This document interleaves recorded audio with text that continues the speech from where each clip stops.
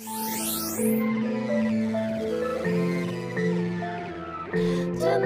we're gonna have a funky time.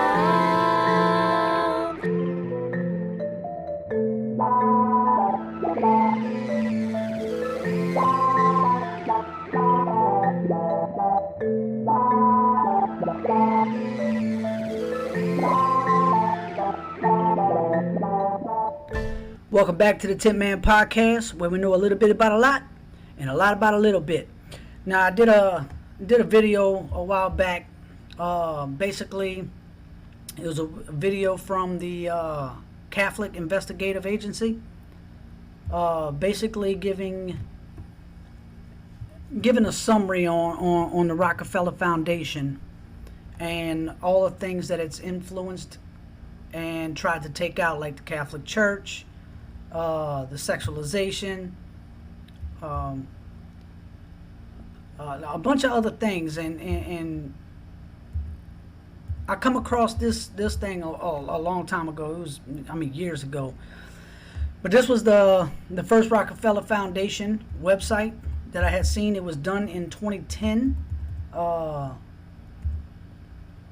which has since been basically deleted off of the website itself. They changed it. So what I want to do is I want to skim through a little bit of this. I want to skim through a little bit of it, but I also want to highlight some parts. And as you can see, the report was produced by the Rockefeller Foundation and the Global Business Network, May 2010. And I'll be honest with you, I suggest you go read this part of the website, because as much as they try to double speak, like literally this whole website right here is literally all double speak. They try to give a disclaimer so they don't get drawn to, or I guess linked to, everything that's going on right now. But they like to also tell you that their views have never changed. Well, if their views have never changed, then if you've seen the last video on the Rockefeller Foundation, they actually want complete control. New World Order. They want control of every facet of your life. So we're going to go through the table of contents, and we're going to read a little bit. I'll take you through some of the stuff that I think was important. Even though I think the whole thing's important, I don't think y'all want me to read the whole website for you. But I'm telling you, if you go and read the website and read all of this stuff that they have on here, it'll open your eyes to a lot of the stuff that's going on. So, table of contents was a letter from Judith Rodin. I don't believe she's the president anymore. I think she had left in like 2017 or something like that, if I'm not mistaken. And also a letter from Peter Schwartz. Now, Peter Schwartz is basically he's the owner or president of the GBN, which is the Global Business Network. And what we're going to see is the introduction is why scenarios, why technology, the focal question, engaging your imagination, and the scenario framework is choosing the critical uncertainties, global, political, and economic alignment, very important, adaptive capacity, and then the main focus is going to be the scenario narratives. That's going to be pretty much the part that I read mainly, because I want you to actually pay attention to what these four scenarios are.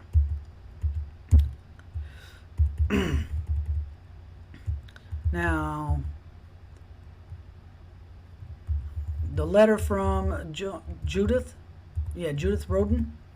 The Rockefeller Foundation supports work that expands opportunity and strengthens resilience to social, economic, health, and environmental changes or challenges, affirming its pioneering philanthropic mission since 1913 to promote the well-being of humanity.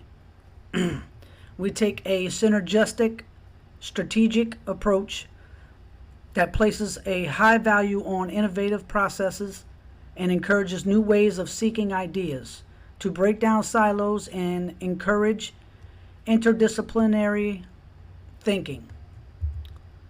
One important and novel component of our strategy toolkit is scenario planning. I'm just going to leave it at that. You can read the rest of it. Now,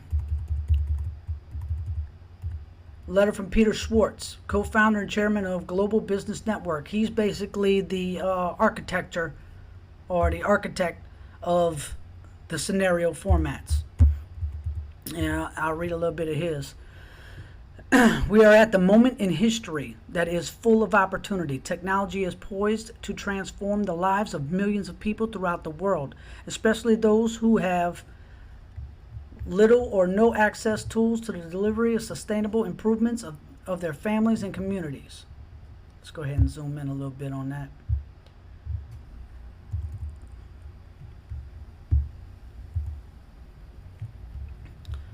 From farmers using mobile phones to buy and sell crops, to doctors remotely monitoring and treating influenza outbreaks in rural villages, technology is rapidly becoming more and more integral to the pace and progress of development.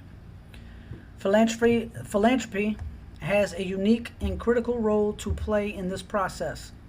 By focusing its patience, capital, and attention on the links between technology and international development, philanthropy will change not just lives, but the very context in which the field of philanthropy operates. This report represents an initial step in that direction. It explores 4 very different, yet very possible scenarios for the future of technology and development in the world of illuminate, or in order to illuminate the challenges of opportunities that may lie ahead. I like how they slide that little word illuminate in there. It promotes a deeper understanding of the complex forces and dynamics that will accelerate or inhibit the use of technology to spur growth, opportunity, and resilience, especially in the developing world. Finally, it will seed a new strategic conversation among the key public, private, and philanthropic stakeholders about technology and development at the policy, program, and human levels. Keyword stakeholders, not shareholders. They don't give a damn about what the shareholders or the public thinks.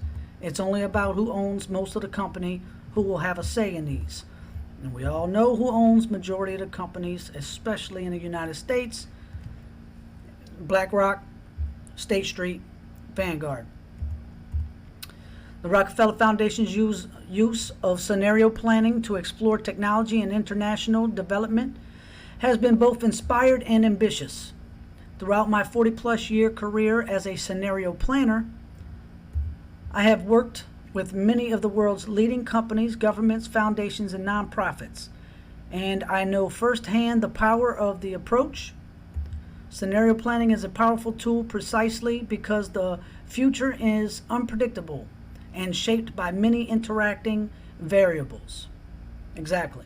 Scenarios enable us to think creatively and rigorously about the different ways these forces may interact, while forcing us to challenge our own assumptions about what we believe or hope the future will be. Scenarios embrace and weave together multiple perspectives and provide ongoing framework for spotting and making sense of important changes as they emerge. Perhaps most importantly, scenarios give us a new shared language that deepens our conversations about the future and how we can help to shape it. And I want to go back up. I want to read something one more time. Right here. Scenario planning is a powerful tool precisely because the future is unpredictable and shaped by many interacting variables. Now, I mentioned in one of my videos, I believe it was maybe the first or second, but these people literally have contingency plans for contingency plans. Okay, they've written out basically what I'm saying is everything that we do is literally just a reaction to what they've already know we're going to react. What I mean to say is they have everything written down. All right, imagine a brainstorm bubble on a piece of paper, right? They have one goal, and then they just have a web of arms, of actions and reactions to everything that they do. So they know our move every time. Every time they do something, they know the move to it. They know we're going to reject it. Kind of like the DEI, all these corporations, Target, all of them. They make these moves for the DEI to get their funding. But these people, the globalists, know the reaction. They know we're going to reject it. But they do it anyway so we can basically destroy our own companies, our own identity of America. And in many of these other countries. I mean, look what they're doing to the Dutch. They know they was going to react that way. They knew they was going to reject the state or the country actually taking control of farm production. So what we need to do is we need to know our enemy. And this is the reason why I do so much content on them. We can focus on our electors and these people in office and all that, but they're not doing what they want to do. They're not doing what the people want. They're doing what these globalists want. Build Back Better was World Economic Forum in Europe slogan, which Biden basically plagiarized or used in complicity. Nothing they do, none of these governments do. As you know, Klaus Schwab has penetrated the cabinets. Well, he's also penetrated full-on governments, which is why I don't believe this is our government anymore. This is not our government. They're not listening to the people. They're doing what they want to do despite the people's anger. Which is why Klaus got on the stage and told his fascist partners and corporations and governments to prepare for an angrier world. They know everything that they're going to implement, the citizens of the world do not want. They just want to live their lives. So I'm going to go ahead and continue on this. Rockefeller Foundation has already used this project as an opportunity to clarify and advance the relationship between technology and development. Through interviews and scenario workshops, they have engaged a diverse set of people from different geographies, disciplines, and sectors to identify the key forces driving change, to explore the most critical uncertainties, and develop changing yet plausible scenarios and implications. They have stretched their thinking far beyond theoretical models of technology innovation and diffusion in order to imagine how technology could actually change the lives of people for many walks of life. This is only the start of an important conversation that will continue to shape the potential of technology and international development going forward. I look forward to staying a part of the conversation and to the better future it will bring. And that was from Peter Schwartz, co-founder and chairman of Global Business Network. For the introduction, I'm not going to read the whole thing. Like I said, I really want, if you have time, it would be very important to read some of this. It'll open your eyes to a lot of things. For decades, technology has been dramatically changing not just the lives of individuals in developed countries, but increasingly the lives and livelihoods of people throughout the developing world. Whether it is community mobile phone, a solar panel, a new farming practice, or a cutting-edge medical device, technology is altering the landscape of possibility in places where possibilities used to be scarce.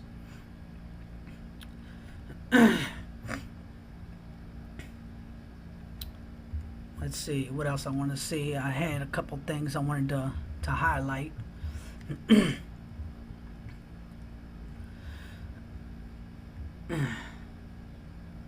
So we got Rockefeller Foundation believes that in order to understand the many ways in which technology will impact international development in the future, we must first broaden and deepen our individual and collective understanding of the range of possibilities. This report and the project upon which it is based is one attempt to do that.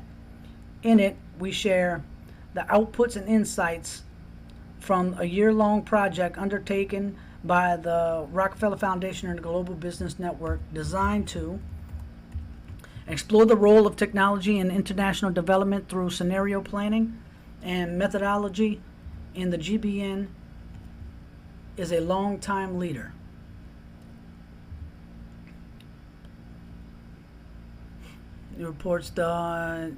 This report builds on the Rockefeller Foundation's growing body of work in an emerging field of pro-poor foresight. In 2009, the Institute of Alternative Futures published the report Foresight for Smart Globalization, Accelerating Enhancing Pro-Poor Development Opportunities with support from the Rockefeller Foundation. Why scenarios? Why scenarios? The goal of the project was not to affirm what is already known or knowable about what is happening right now at the intersections of technology and development. Rather, it was to explore the many ways in which technology and development could co-evolve, could both push and inhibit each other in the future, and then to begin to examine what those possible alternative paths may imply for the world's poor and vulnerable populations. Such an exercise required project participants to push their thinking far beyond the status quo into uncharted territories. Oh, wrong button. Let's see.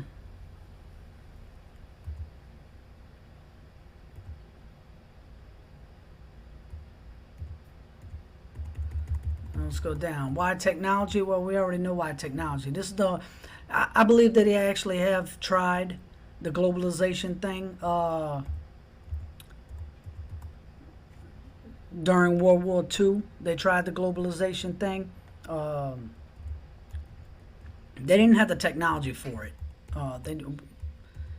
Basically what they've been doing for almost 100 years now has been conditioning the population, 2-3 generations of being basically forming the nanny state, conditioning people to be dependent on government, which is why John D. Rockefeller proposed, or John D. Rockefeller Jr. proposed the welfare state. He funded a lot of the welfare state and welfare programs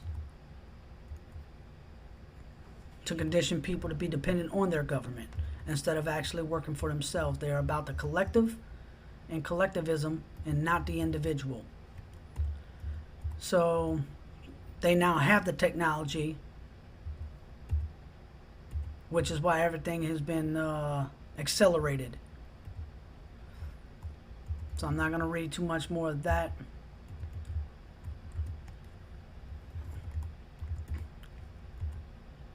Now, keep in mind this was done in 2010, right? So every scenario project has a focal question of broad yet strategic query that serves as an anchor for the scenarios. For this project, the focal question was, how might technology affect barriers to building resilience and equitable growth in a developing world over the next 15 to 20 years? Well, what are their agendas, right? Their agenda is Agenda 2025 and 2030. Well, this is done in 2010. 15 years later, 2025. 5 years after that is the 2030. It all interconnects. It pretty much all of it. If you go through the World Economic Forum, they pretty much the same thing, but in their own words. among other things that they like to throw out there. In other words, what new or existing technologies could be leveraged to improve the capacity of individuals, communities, and systems to respond to major changes, or what technologies could improve the lives of vulnerable populations around the world. A 15 to 20 year time frame was chosen on the assumption that it is both sufficiently long. Note on terminology. The Foundation's work promotes resilience and equitable growth. Resilience refers to the capacity of individuals, communities, and systems to survive, adapt, and grow in the face of changes, even catastrophic incidents. Equitable growth involves enabling individuals, communities, and institutions to access new tools, practices, resources, services, and products. Enough that sufficiently long, enough that significantly technological change is plausible and sufficiently short enough that we can imagine some possibilities for the kinds of technologies that could be developed and applied. Focusing on how to overcome the set of obstacles associated with the application of technology to the challenges of development helped to both bound the inquiry and promote a problem-solving approach that seeks to identify potential systematic intervention opportunities.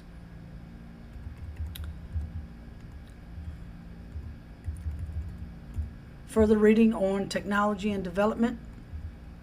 This is a bunch of different books that basically co-sign what they're trying to say.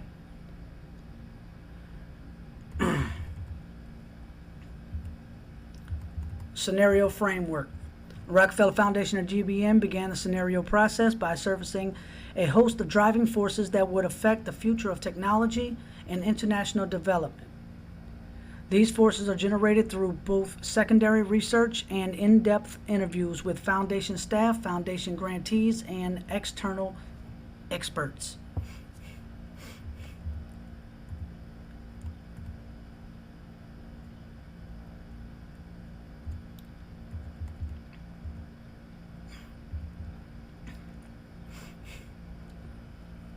Choosing the critical uncertainties.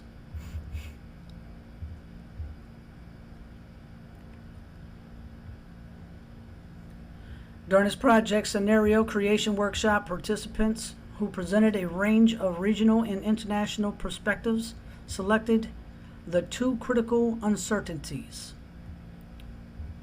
The two chosen uncertainties introduced below together defined a set of 4 scenarios for the future of technology and international development that are divergent, challenging, internally consistent, and plausible. Each of the 2 uncertainties is expressed in an axis that represents the continuum of possibilities ranging between 2 endpoints. As you can see, it's going to be adaptive capacity and political and economic alignment. I'm not going to read these, but it basically explains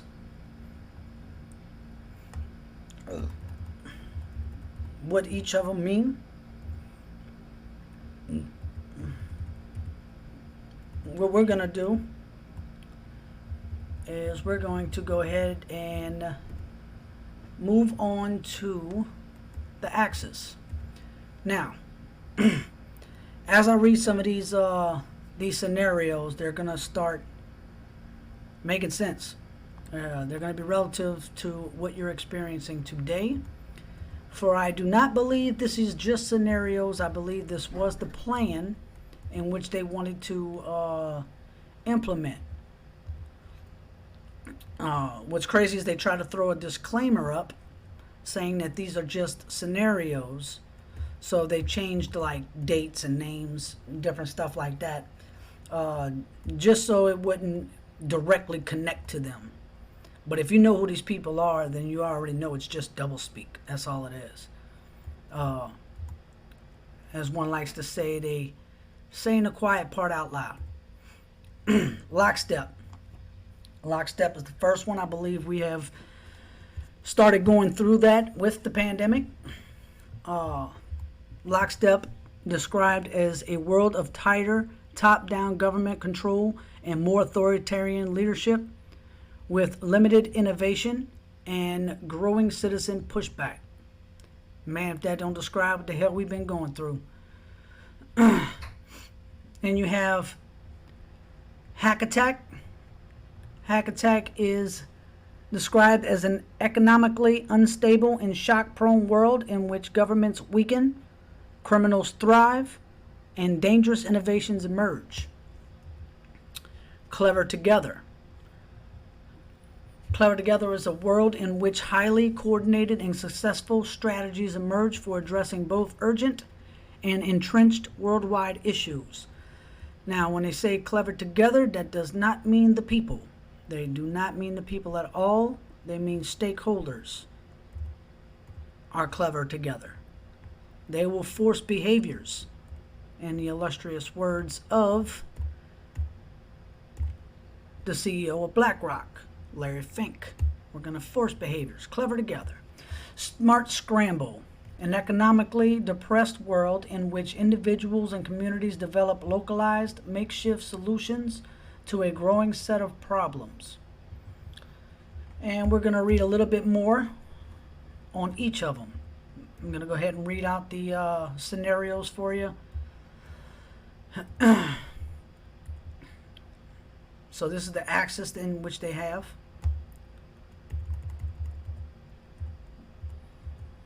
This is their disclaimer. This is what I like right here. This is their disclaimer, right? This right here. Please keep in mind that the scenarios in this report are stories, not forecasts, and the plausibility of scenarios does not hinge on the occurrence of any particular detail. And they give you an example. In the scenario titled Clever Together, for example, a consortium of nations, NGOs, and companies established the Global Technology Assessment Office. Now, I don't know if this is the true name of it. This is just something that they named. I'm sure it'll be something different, but will serve the same purpose. A detail meant to symbolize how a high degree of international coordination and adaptation might lead to the formation of a body that anticipates technology's potential societal implications.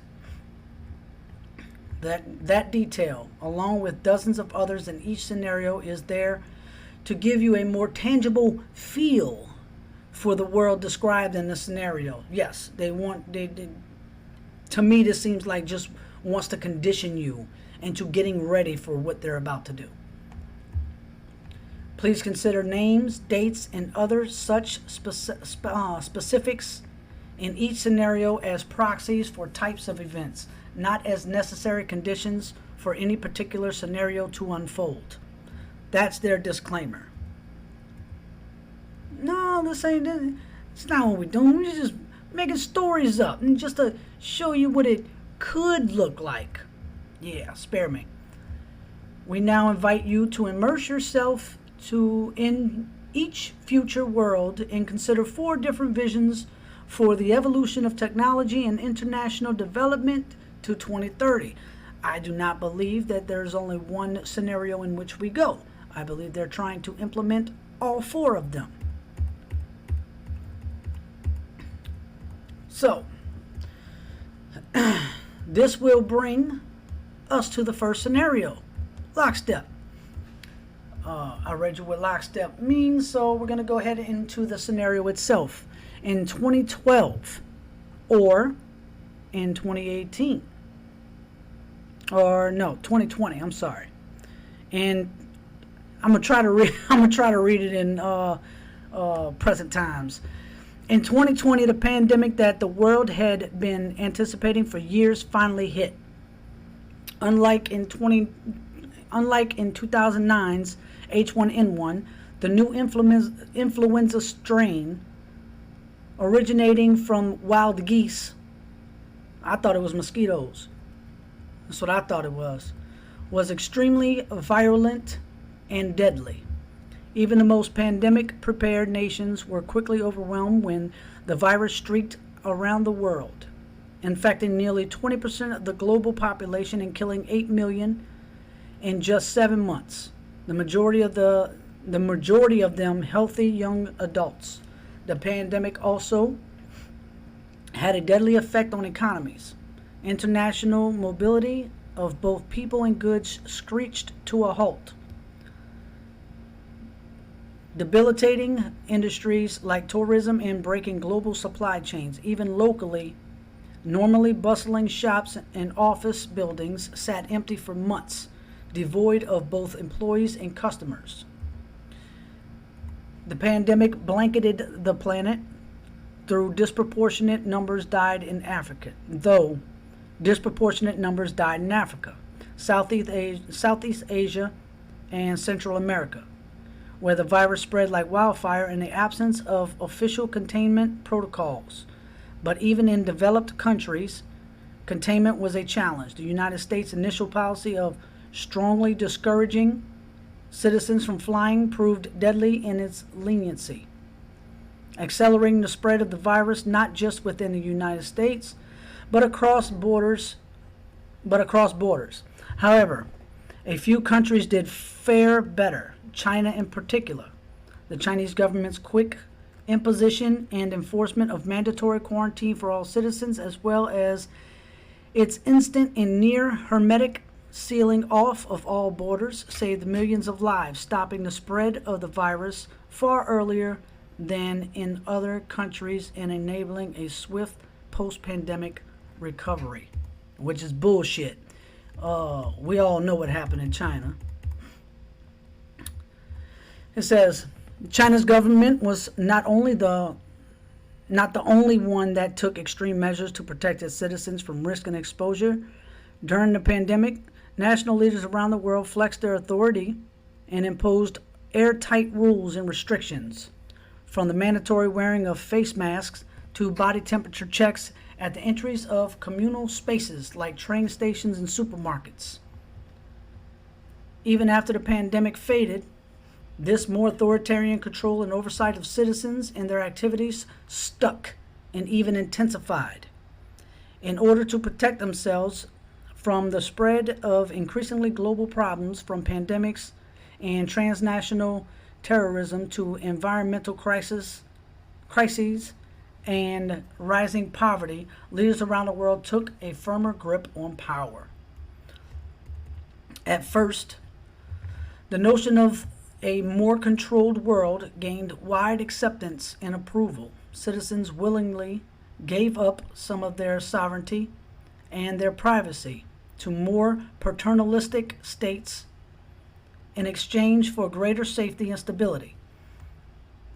Citizens were more tolerant and even eager for top-down direction and oversight, and national leaders had more latitude to impose order in the ways they saw fit. In developed countries, this heightened oversight took many forms. Biometric IDs, we're seeing that in China now, for all citizens. For example, a tighter regulation on key industries whose stability was deemed vital in national interest, or vital to national interest. In many developed countries, enforced cooperation with a suite of new regulations and agreements slowly but steadily restored both order and, importantly, economic growth. And as you probably read, that the UK is now doing the vaccine passport. Across the developing world, however, the story was different and much more variable. Top-down authority took different forms in different countries, hanging largely on the capacity, caliber, and intentions of their leaders. In countries with strong and thoughtful leaders, citizens' overall economic status and quality of life increased. In India, For example, air quality drastically improved after 2016. After 2016, when the government outlawed high emitting vehicles in Ghana, the introduction of ambitious the introduction of ambitious government programs to improve basic infrastructure and ensure the availability of clean water for all her people led to a sharp decline in waterborne diseases. But more authoritarian leadership worked less well, and in some cases, tragically, in countries run by irresponsible elites who used their increased power to pursue their own interest at the expense of their citizens. There were other downsides. At the rise of virulent nationalism created new hazards. Spectators at the 2018 World Cup, for example, wore bulletproof vests that sported a patch of their national flag. Strong technology regulations stifled innovation, kept costs high, curbed adoption, and in the developing world, access to approved technologies increased, but beyond the remained limited. The locus of technology innovation was largely in the developed world, leaving many developing countries on the receiving end of technologies that others consider best for them. It is possible to discipline and control some societies for some time, but not the whole world all the time. Some governments found this patronizing and refused to distribute computers and other technologies that they scoffed at as secondhand. Meanwhile, developing countries with more resources and better capacity began to innovate internally to fill these gaps on their own. Meanwhile, in the developed world, the presence of so many top-down rules and norms greatly inhibited entrepreneurial activity. Scientists and innovators were often told by governments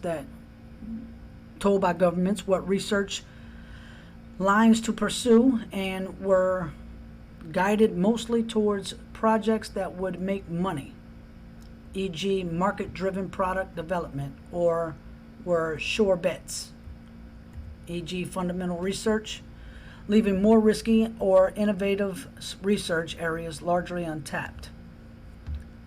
Well-off countries and monopolistic companies with big research and development budgets still made significant advances, but the IP behind their breakthroughs remained locked behind strict national and corporate protection.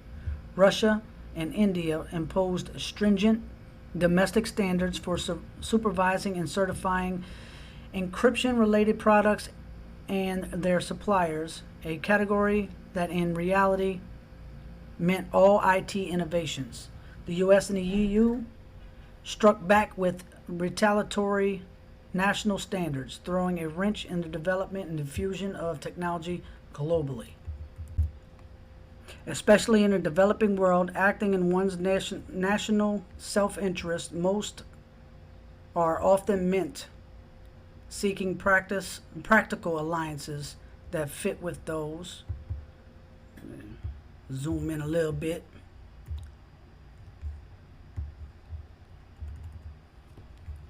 Come on, man. There we go. Whether it was gaining access to needed resources or banding together in order to achieve economic growth. In South America and Africa, regional and sub-regional alliances became more structured. Kenya doubled its trade with Southern and Eastern Africa as new partnerships grew into the continent. China's investment in Africa expanded as the bargain of new jobs and infrastructure in exchange for access to key minerals, or food exports proved agreeable to many governments. Cross-border ties proliferated in the form of official security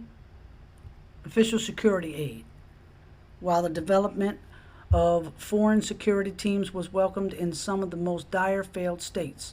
One-size-fits-all solutions yielded few positive results. By 2025, people seemed to be growing weary of such top-down government or top-down control and letting leaders and authorities make choices for them. Wherever national interest clashed with individual interest, there was conflict. Sporadic pushback became increasingly organized and coordinated as disaffected youth and people who had seen their status of opportunities slip away, largely in developing countries, incited civil unrest. In 2026, protesters in Nigeria brought down the government. We've seen that in Sri Lanka. Fed up with the entrenched cronyism and corruption, even those who liked the greater stability and predictability of this world began to grow uncomfortable and constrained by so many tight rules and by the strictness of national boundaries. The feeling lingered that sooner or later something would inevitably upset the neat order that the world's governments had worked so hard to establish. Yes, 100 years unraveled. Now, this goes into a little timeline, and it also gives you an insight on different roles of like philanthropy, as you can see at the bottom. Headline would be 2010 quarantine restricts in-person contact, cellular networks overloaded. By 2015, intercontinental trade hit by strict pathogen controls. And all you have to do is change the dates to match it up, and I'm going to just rise into it. Italy addresses immigrant caregiver gap with robots. 2018, will Africa's embrace of authoritarian capitalism, Allah, China, continue? In 2022, Vietnam to require a solar panel in every home. Proliferated trade networks in Eastern and Southern Africa strengthen regional ties. African leaders fear repeat of Nigeria's 2026 government collapse. So the role of philanthropy in a lockstep scenario. Philanthropic organizations will face hard choices in this world. Given the strong role of governments doing philanthropy will require heightened diplomacy skills and the ability to operate effectively in extreme divergent environments. Philanthropy grantee and civil society relationships will be strongly moderated by government, and some foundations might choose to align themselves more closely with National Official Development Assistance, ODA, strategies and government objectives. Larger philanthropies will retain an outsized share of influence, and many smaller philanthropies may find value in merging financial, human, and operational resources. Philanthropic organizations interested in promoting universal rights and freedoms will get blocked at many nations' borders. Developing smart, flexible, and wide-ranging relationships in this world will be key. Some philanthropies may choose to work only in places where their skills and services don't meet resistance. Many governments will place severe restrictions on the program areas and geographies that international philanthropies can work in, leading to a narrower and stronger geographic focus on grant making in their home country only. And that's the philanthropy side. Technology side. While there is no way of accurately predicting what the important technological advances will be in the future, the scenario narratives point to areas where conditions may enable or accelerate the development of certain kinds of technologies. Thus, for each scenario, we offer a sense of the context of technological innovation, taking into consideration the pace, geography, and key creators. We also suggest a few technology trends and applications that could flourish in each scenario. Technological innovation in Lockstep is largely driven by government and is focused on issues of national security and health and safety. Most technological improvements are created by and for developed countries, shaped by governments' dual desire to control and to monitor their citizens. China. In states with poor governance, large-scale projects that fail to progress abound. Technology trends and applications we might see. Scanners using advanced functional magnetic resonance imaging, fMRI, technology become the norm at airports and other public areas to detect abnormal behavior that may indicate antisocial intent. In the aftermath of the pandemic scare, smarter packaging for food and beverages is applied first by big companies and producers in the business-to-business environment, and then adopted for individual products and consumers. New diagnostics are developed to detect communicable diseases. The application of health screening also changes. Screening becomes a prerequisite for release from a hospital or prison, successfully slowing the spread of many diseases. Telepresence technologies respond to the demand for less expensive, lower bandwidth, sophisticated communication systems for populations whose travel is restricted, driven by protectionism and national security concerns. Nations create their own independent, regionally defined IT networks mimicking China's firewalls.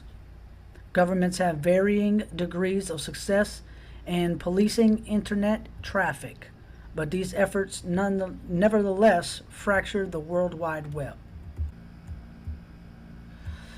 So yeah, you go. That will be Lockstep. First scenario, I'll do another one in a few minutes on Clever Together. So now you got a little insight of what it would look like under Lockstep. I want to thank you for joining me on this this segment. Stick it with me. I know I don't read as well as many others, but I was never a big reader, so I guess I can learn and grow, and you get to watch. So till now, or for now, until then, I'll see you in the next video. Peace.